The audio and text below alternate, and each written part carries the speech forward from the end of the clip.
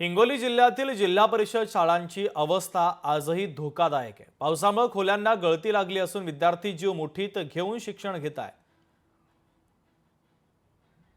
तर याचा आढावा घेतला आमचे प्रतिनिधी गजानन वाणी यांनी। पाहूयात। हिंगोली जिल्ह्यातील जिल्हा परिषद शाळांची मोठी दुरावस्था झालेली आहे। मी सध्या हिंगोलीच्या कोळसा येथील जिल्हा परिषद शाळेमध्ये बघू शकता की या संपूर्ण शाळेंची मोठी दुरावस्था झालेली आहे। बघू शकता की संपूर्ण या इमारतीला संपूर्ण अशी तडे गेलेले आहेत। दुसरीकडे आपण जर बघितलं तर या अशा धोकादायक शाळेमध्ये विद्यार्थ्यांना शिक्षण घेण्याची वेळ आलेली आहे। बघू शकता संपूर्ण इमारत ज्या आहेत या ठिकाणी जीर्ण झालेल्या आहेत, कधी कोसळलेले याचा नेम नाही। दुसरीकडे संपूर्ण हे तीनपत्र आहेत आणि अशा प्रकारे संपूर्ण धोकादायक शाळेमध्ये विद्यार्थ्यांना शिक्षण घेण्याची वेळ आली। दुसरीकडे आपण जर बघितलं तर या संपूर्ण वर्गखोल्यांना तडे गेलेले आहेत आणि या संपूर्ण वर्गखोल्यामध्ये विद्यार्थी शिक्षण घेत आहेत आणि संपूर्ण शाळेची अनेक वेळा शिक्षण विभागाकडे या मुख्याध्यापकांना मागणी केली की लवकरात लवकर शाळेचं बांधकाम करण्यात यावं, मात्र शिक्षण विभाग दुर्लक्ष करत असल्यामुळे येथील विद्यार्थ्यांना धोकादायक शाळेमध्ये शिक्षण घ्यावं लागत आहे। दुसरीकडे या संपूर्ण शाळेमध्ये कोणत्याही प्रकारे शौचालय उपलब्ध नाहीये। संपूर्ण शौचालयाची दुरावस्था झालेली आहे। शौचालय नसल्यामुळे विद्यार्थ्यांची कुचंबना होत आहे आणि दुसरीकडे या संपूर्ण शाळेमध्ये तीन पत्र फुटल्यामुळे संपूर्ण विद्यार्थ्यांना या ठिकाणी गळक्या खोल्यामध्ये शिक्षण घ्यावं लागत। बघू शकता की विद्यार्थी या ठिकाणी बसलेले आहेत आणि या संपूर्ण विद्यार्थ्यांना अशा गळक्या वर्ग खोल्यामध्ये शिक्षण घ्यावं लागत आहे। आपल्यासोबत विद्यार्थी आपण तिच्याकडून जाणूया। दीदी, वर्ग गळतात का रोज?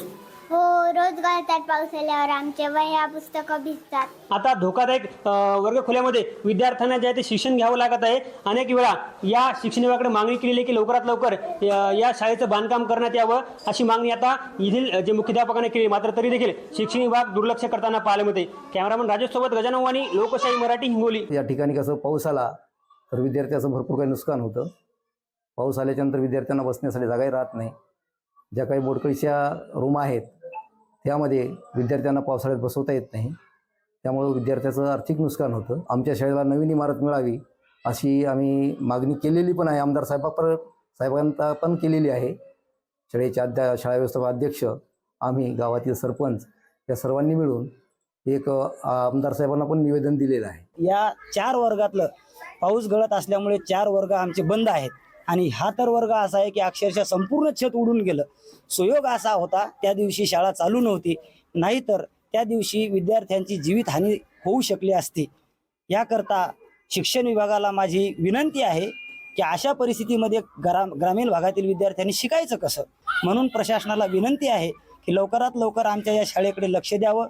आमच्या गावकऱ्यांची संपूर्ण अशी विनंती आहे की ही अनेक वर्षापासून 30-35 वर्षापासून असणारं बांधकाम अतिशय जीर्ण झालेलं आहे। आम्ही अक्षरशः दरवर्षी याला पेंट करून नवीन दाखवण्याचा प्रयत्न करतो, परंतु पूर्ण बांधकाम जीर्ण झालेलं आहे। करिता शिक्षण विभागाने लवकरात लवकर याची दखल घ्यावी। लोकशाही मराठी, ऐका, पहा, जागरूक रहा।